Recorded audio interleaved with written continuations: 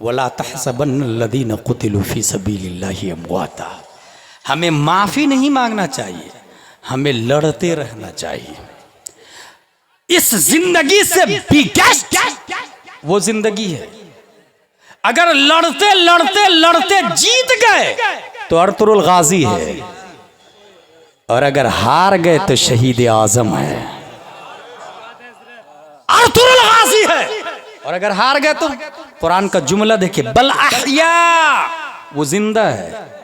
इंदा रब्बिहिम इंदा नास ला ला ला, इंदल फिलिस्तीन ला, इंदल उर्दुन लिबनान मिस्र ला ला ला, इंदा आबाहिम वजदादहिम ला, इंदा रब्बिहिम, अपने रब की बारगाह में जिंदा है। और दुनिया वाले क्या खाते क्या पीते हैं? कुरान शरीफ में आया इंदा रब्बिहिम युरज़क़ून, वो अपने रब की बारगाह में शहीद खाएंगे भी पिएंगे भी, और वो भी ख्वाहिश करेंगे रब कदीर फूड को हाजिर कर देगा। पता ये चला, हमें लड़ते रहना है और हक का साथ देना है। जब पहले ही दिन खबर आई थी ना, मैंने कहा वो हक पर है, क्योंकि अपनी जमीन की बाजियाबी के लिए लड़ रहे हैं। अगर थोड़ी सी भी शर्म हया और गैरत बाकी है तो इजराइल को चाहिए फिलिस्तीन छोड़ के भाग जा, खाली कर दे जमीन। रह गई बात टेररिस्ट की, तो सुनो, मैं पूरी दुनिया में चैलेंज के साथ ये बता दूं कि जो लोग हमें टेररिस्ट कहते हैं वो सुन ले, who started the first world war, जिसमें करोड़ों लोग मारे गए, वो जंग की शुरुआत किसने की? Not Muslim. Who started the second world war? Not Muslim. Who killed 6 million Jews in Holocaust? Not Muslim. Who killed about 20 million Aborigines in Australia? Not Muslim. Who killed more than 100 million Indian in North America? Not Muslim. Who killed more than 50 million Indian of South America? Not Muslim. Who sent nuclear bombs of Hiroshima and Nagasaki? Not Muslim. Who took about 180 million African people as slaves and 88% of them died and were thrown overboard in Atlantic Ocean? Not Muslim. Who killed Mr. Gandhi? No. Not Muslim. Who killed Nadeem in JNU after kidnapping? Not Muslim. Who killed Dadri in Dadri Akhlaq? Not Muslim. Who killed Asifa? Not Muslim. So first of all, you have will to define terrorism properly. If a non-Muslim does something bad, he is crime. But a Muslim commits the same, he is terrorist. First of all, you have to remove this double standard. Then come to the point. I don't know any terrorist, any Ikhwanul Muslimin, any Osama bin Laden. I know Imam Azam. I know शमसुल अइम्मा सरखसी। भाई साहब, हम follower है इमाम अहमद बिन humble के। वो टेररिस्ट कैसे हो सकते हैं? 28 महीने जेल में रह के मार खा के आए वो टेररिस्ट कैसे हो सकते हैं भाई साहब? हम शमसुल अइम्मा के फॉलोवर है, 12 साल जेल में रहे मगर बगावत नहीं किया, हम कैसे टेररिस्ट हो सकते हैं भाई साहब? हम मुजद्दिद अल्फसानी के गुलाम हैं, 7 साल ग्वालियर के जेल में रहे, फासिकों को जेल के अंदर ही सुधारते रहे, अमन शांति का पैगाम दिया, हम कैसे टेररिस्ट हो सकते हैं भाई साहब? 72 नुफूस कुदसिया मैदान करबला में जान दे दी, और जिसने भी तलवार उठाई है जुल्म को रोकने के लिए, बगावत के लिए तलवार करबला में नहीं उठी थी, बगावत के लिए नहीं उठी थी, हम कैसे टेररिस्ट हो सकते हैं भाई साहब? हम तो उस नबी के मानने वाले हैं। मां के पेट में, आखिरी पॉइंट वमा अलैना इल्लल बलाग मेरा आ रहा है, मां के पेट में बच्चा बाप की पीठ से जब मां के पेट में मुंतकिल होता है, कितना ग्राम होता है? 15, 20, 30, 40, 50 ग्राम। धीरे धीरे उस बच्चे का वेट बढ़ता चला जाता है। 100 ग्राम, 100, 200, 300, 250, 1 kilo, 2 kilo, 3 kilo, 4 kilo, 4.5 kilo का बच्चा पैदा होता है। ये अखबार की हेडिंग आती है। बच्चे का वजन पेट में जितना ज्यादा होगा माँ को उतनी तकलीफ होती है। हम टेररिस्ट नहीं हैं। Should be noted this point. बोझ को अरबी में हमल कहते हैं। बोझ उठाने वाली गाड़ी को हमला कहते हैं। पैसेंजर उठाने वाली गाड़ी को नकला कहते हैं। बोझ उठाने वाले मर्द को हामिल या हम्माल कहते हैं। बोझ उठाने वाली औरत को हामिला कहा जाता है, जिसका मतलब है प्रेग्नेंट।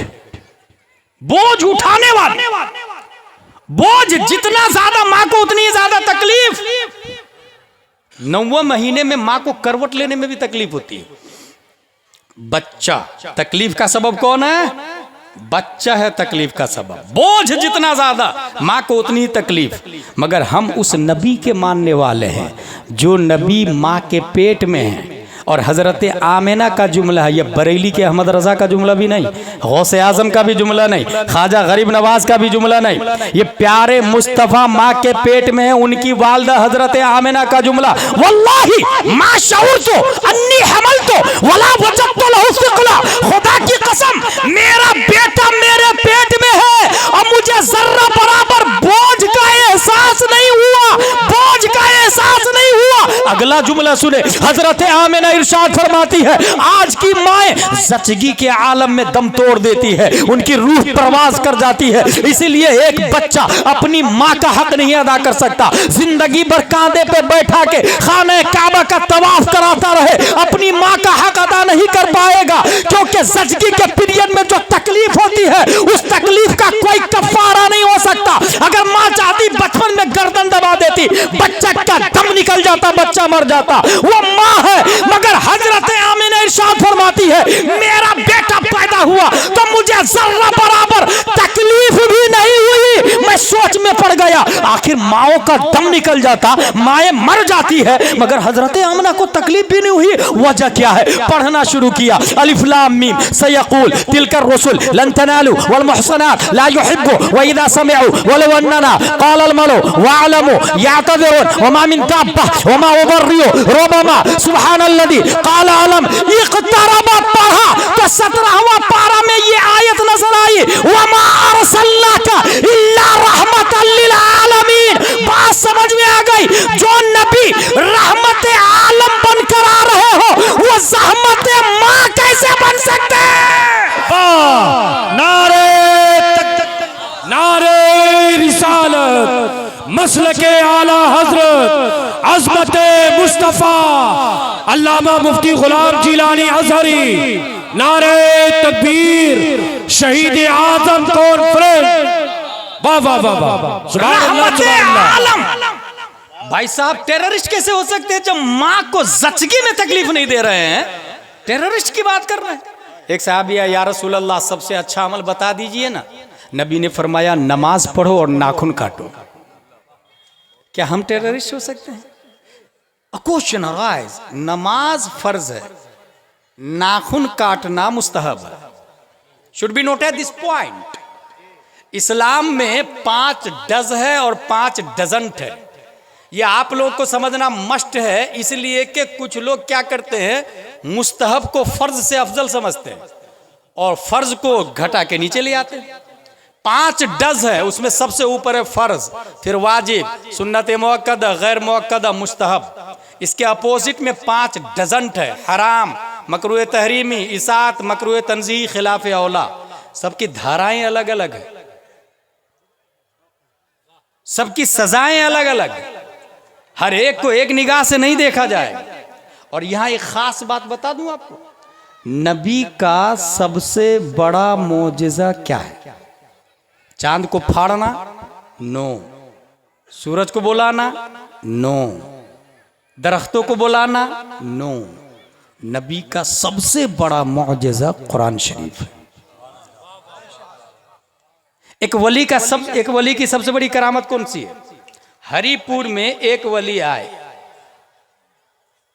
और दरख्त को बुला करके अपने पास झुका दे। दूसरा वली है वो हय्या अलल फलाह पर लब्बैक कहते हुए मस्जिद में चले जाए। आप लोग किसको बड़ा वली मानेंगे? Should be noted this point. ये जो दरख्त को बुला के अपनी बारगाह में झुकाया, ये बड़ी करामत नहीं है। हय्या अलल फलाह पे लब्बैक कहना ये बड़ी करामत है। और ये मैं नहीं, हुजूर मुहद्दिस कबीर उर्से तहसीनी में एक हदीस कोड करके बता रहे थे बरेली शरीफ में कि गौसे आजम फरमाते हैं करामतुल वली, गौसे आजम का जुमला कोड कर रहे थे, हदीस शरीफ नहीं, गौसे आजम का जुमला, करामतुल वली अन यकून कौलुहु व फ़िअलुहु मुताबिक़न लिक़ौलिही व फ़िअलिही सल्लल्लाहु अलैहि वसल्लम। वली की सबसे बड़ी करामत यह है कि उनका कौल और उनका काम नबी के कौल और नबी के काम के मुताबिक हो। दरख्तों को बुलाना ये बड़ी करामत नहीं, अजान हुई न वक्त पर नमाज पढ़ना ये बड़ी करामत, ये बड़ी करामत। फर्ज, वाजिब, सुन्नत, मुअक्कदा, गैर मुअक्कदा, मुस्तहब, यहीं पर ये भी ज़हन नशी कर ले। अगर मैं ऐलान करूं ताजुश शरीया मस्जिद बनानी है, कौन देगा पैसा? हजरत मेरी तरफ से पूरी मस्जिद का सरिया, ओके। दूसरा आदमी हजरत मेरी तरफ से सीमेंट, ओके। तीसरा आदमी मेरी तरफ से ईंट, ओके। ये मस्जिद बन गई चंद सालों के अंदर। 1 लाख नहीं बल्कि 1 मिलियन की मस्जिद, 10 लाख की मस्जिद बन गई। अब मैं ये ऐलान करूं उसमें मुफ्ती साहब लाना है, 25,000 तनख्वाह, 12 लोग तैयार हो जाए, एक आदमी जनवरी में, दूसरा फरवरी, तीसरा मार्च, साल में एक बार राउंड आएगा, 12 लोग खड़े हो जाए, कोई नहीं खड़ा होगा। पॉइंट। भाई साहब ये किसने बताया मस्जिद बनाना सवाब का काम? कहाँ लिखा? किसी किताब ही में लिखा है ना। उसी किताब में ये लिखा है कि मस्जिद नहीं बोलती है, इमाम बोलता है। मस्जिद के झूमर से जाके पूछे, 50,000 के झूमर से, झूमर साहब वुजू में कितने फराइज है? मस्जिद का झूमर बताएगा वुजू में 4 फराइज है, चेहरा धोना, हाथ धोना, मसा करना, पाँव धोना। दरवाजा साहब आप तो 10,000 के हैं, आप बताइए ना गुस्ल में कितने फराइज है? मस्जिद का दरवाजा बताएगा गुस्ल में 3 फराइज है, कुल्ली करना, नाक साफ करना, पूरे बदन पे पानी बहाना। मिंबर साहब आप तो राजस्थान से तशरीफ लाए हैं, आप जो मार्बल के हैं, आप जरा बता दीजिए ना सुलह कुल्ली में और सुन्नी में क्या फर्क है? क्या वो मिंबर बताएगा कि सुलह कुल्ली उसको कहते हैं जिसका अकीदा वहाबियों से ज्यादा खतरनाक है, जिसके बारे में ताजुश शरीया ने फरमाया सुलह कुल्ली नबी का नहीं, सुन्नियों सुन्नी मुस्लिम है सच्चा नबी के लिए? ये मिंबर बताएगा। पता क्या चला? मस्जिद साइलेंट है, वायलेंट इमाम है।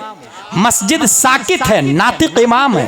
मस्जिद खामोश है, बोलता इमाम है। मस्जिद 10 मिलियन नहीं 10 बिलियन की मस्जिद हो और इमाम नाजरा खां हो, हरिपुर की जहालत का खात्मा नहीं होने वाला। और अगर मस्जिद खजूर की शाख, तना, पत्तियों से बनी हुई हो और इमाम इमामुल अंबिया हो तो मुक्तदी अबू बकर पैदा होते हैं, उमर पैदा होते हैं, तलहा, जुबैर और हंज़ला पैदा होते हैं। ये है जलसा, इसको कहते हैं काम, इसको कहते हैं काम की बातें। अपनी मस्जिद में जाके तवज्जो ध्यान दें।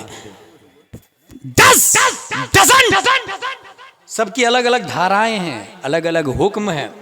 नमाज फर्ज है, नाखून काटना मुस्तहब है, और नबी फरमा रहा है कि जाओ नमाज पढ़ो और नाखून काटो। इन दोनों में क्या मुनासबत है भाई साहब? हम क्या टेररिस्ट हो सकते हैं? इन दोनों में मुनासबत को समझे।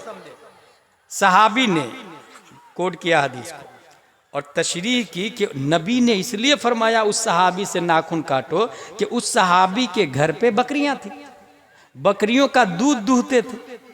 दूध दूहते समय उसका थन बकरियों का नाजुक होता है, बकरियों के थन में नाखून लगता था जिससे उसको तकलीफ होती थी, और जानवर को तकलीफ देना हराम, और हराम से बचना फर्ज। नमाज भी फर्ज, ये भी फर्ज। अब नाखून काटना मुस्तहब नहीं, फर्ज हो गया। ये मस्जिद की दीवार नहीं, मस्जिद का इमाम बताता है, मस्जिद का इमाम बताता है। और बात यही से समझ में आई, जो नबी जानवर को तकलीफ नहीं दे वो टेररिस्ट कैसे हो सकते हैं भाई साहब? वो इंसानों का मर्डर कैसे अलाउ करा सकते हैं? अब रहा ये कि तुम्हारे नबी ने जंगे क्यों की इतनी ज्यादा, इतने लोग क्यों मारे गए कुफारो मुशरिकीन के? Very simple answer. अगर हरिपुर में किसी के बदन में कैंसर हो जाए, डॉक्टर के पास जाएगा, MBBS से ऊपर MD, MD से ऊपर DM आता है। जानते वो क्या बोलेगा? इस कैंसर वाले पार्ट को काटना पड़ेगा। क्यों? अगर उस पार्ट को नहीं काटेंगे तो वो पार्ट पूरे पार्ट को अपनी जद में ले लेगा। अबू जहल कैंसर का पार्ट था समाज के लिए।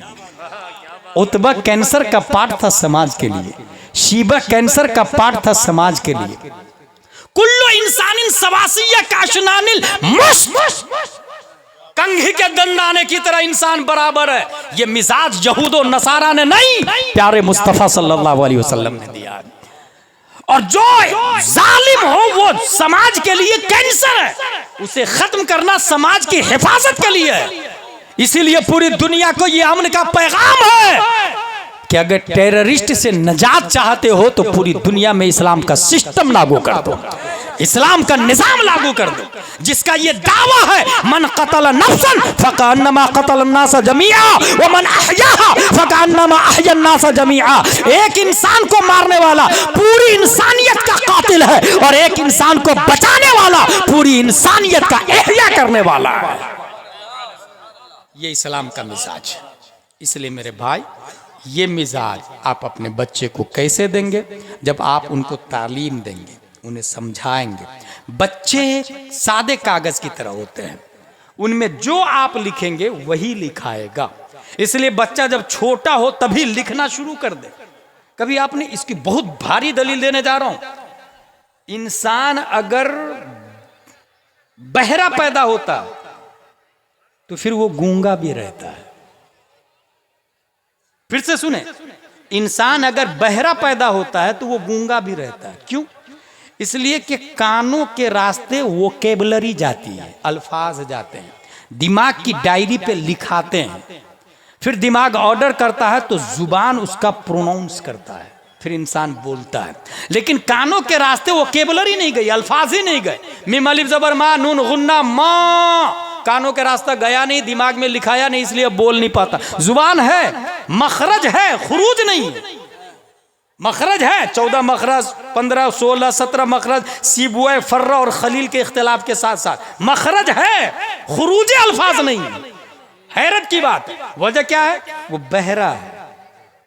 और हमारे नबी सल्लल्लाहु अलैहि वसल्लम दुनिया में आए, हम लोग स्टार्टिंग में तुतला के बोलते हैं, और नबी ने जब बोलना शुरू किया तो बरेली का कलंदर कलम से कहता है लिख, तेरे आगे यूं है दबे लचे फुसहा अरब के बड़े बड़े। ये वोकेबलरी आई कहां से? इसीलिए गुलाम जिलानी अजहरी बोलता है हमारे नबी का नेटिव पैलिस कुर्बे मौला है, कुर्बे मौला है। सब रब ने दिमाग में डाला। हमारे नबी के उस्ताद मुअल्लिम सिर्फ अल्लाह तबारक व तआला। हम लोग जब चलते हैं तो घुटनों के बल चलते हैं ना भाई साहब। नबी घुटनों के बल नहीं, डायरेक्ट खड़े होके चले, क्योंकि घुटनों के बल चलेंगे तो सर झुकेगा गैरुल्लाह के सामने, और जो सर झुके हुए सरों को उठाने के लिए आया हो वो खुद झुक कैसे सकता है? क्या कहने कुछ समझ में आया? इसलिए हमारे नबी झुक के नहीं चले, घुटनों के बल नहीं, और न ही कभी नबी लड़खड़ा के चले, क्योंकि लड़खड़ाते हुए कदम को संभालने के लिए मुस्तफा तशरीफ लाए। सुभान अल्लाह, सुभान अल्लाह। वाह। हासिल ये कि हमारे नबी टेररिस्ट नहीं और हम नबी के फॉलोवर हैं, अल्हम्दुलिल्लाह लज़ीम। इसलिए हमास शहीद है, फ्रीडम फाइटर है। अल्लाह तबारक व तआला पूरी दुनिया में मुसलमानों की शान, जान, माल, इज्जत, आबरू की हिफाजत फरमाए।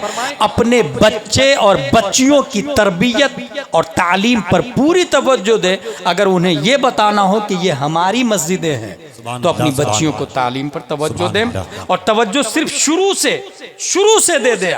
लड़की देखने से पहले ही बहू लाने जा रहे हैं, तवज्जो दे दे कि कोट पैंट टी शर्ट एक टीवा और जींस पहनने वाली को नहीं लाना है, नकाब वाली को लाना है।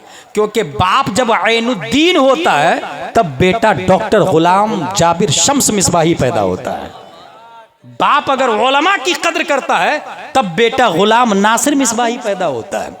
मोहब्बत अगर कोई करेगा बाप उलमा से तब बच्चे नेक पैदा होंगे, साले पैदा होंगे। नकाब वाली को लेकर के आइएगा। और हाँ, शादी से पहले वो जो कबूल होता है ना, सिक्का राजुल वक्त अला व नानो नफका के दैन महर 7,786, ये तो बोलने के लिए होगा। और जहेज में ले लिया उसने 5 लाख रुपए। भाई साहब वो जो बोला ना अलावा नानो नफका के, ये जुमला तो झूठ हो गया ना, क्योंकि 5 लाख लेकर के आया तो नानो नफका 5 साल का तो लेकर के आया वो। तो अलावा नानो नफका के क्यों बोल रहा हो? 5 साल का नानो नफका तो लेकर के आया, और जब नानो नफका बीवी का खाएगा तो अर्रिजालो कव्वामूना अलन निसा होगा या अन्निसाओ कव्वामा अलर रिजाल होगा। बीवी की कमाई खाने वाला हाकिम नहीं महकूम होता। इसलिए मेरे भाई, वो आदमी मर्द हो ही नहीं सकता है जो जहेज में पैसे का डिमांड करता। वो मर्द नहीं हो सकता, उसकी मर्दानियत में डाउट है। मर्द वो है जो नानो नफ्का अपने जिम्मे करम पर लेता है और बीवी से कहता है तू घर की रानी है, घर में तूफान, आंधी, पसीना, खून, मेहनत और मशक्कत, धूप छांव का सामना मैं करूंगा। बच्चों को तरबियत तू देगी, घर में बच्ची हो तो कनीज़े फातिमा तू बनाएगी, और बच्चा हो तो गुलाम हुसैन का सबक तू सिखाएगी। That is true Islam. वमा अलैना इल्लल बलाग। अस्सलाम वालेकुम। बिला ताखीर शायरी अहले सुन्नत हजरत मोहम्मद अली फैजी से गुजारिश है कि आप तशरीफ लाएं, पूरा मजमा मोहब्बत के साथ इस्तेमाल करें। नारे तकबीर, नारे रिसालत, मसलके आला हजरत हजरत मोहम्मद अली फैजी।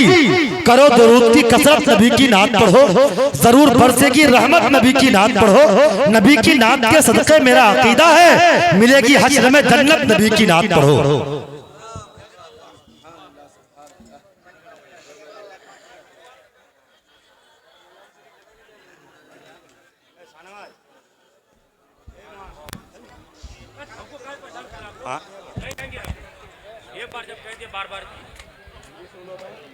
मौलाना जुनैद साहब, ये काम बहुत मुश्किल काम है क्या? आप जाइए ना भाई, जरा से जाइए ना, इत्मीनान से जाइए ना।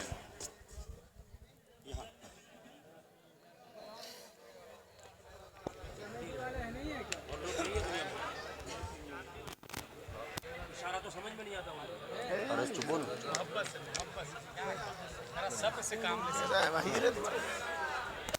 बैठ जाए, बैठ जाए, बैठ जाए।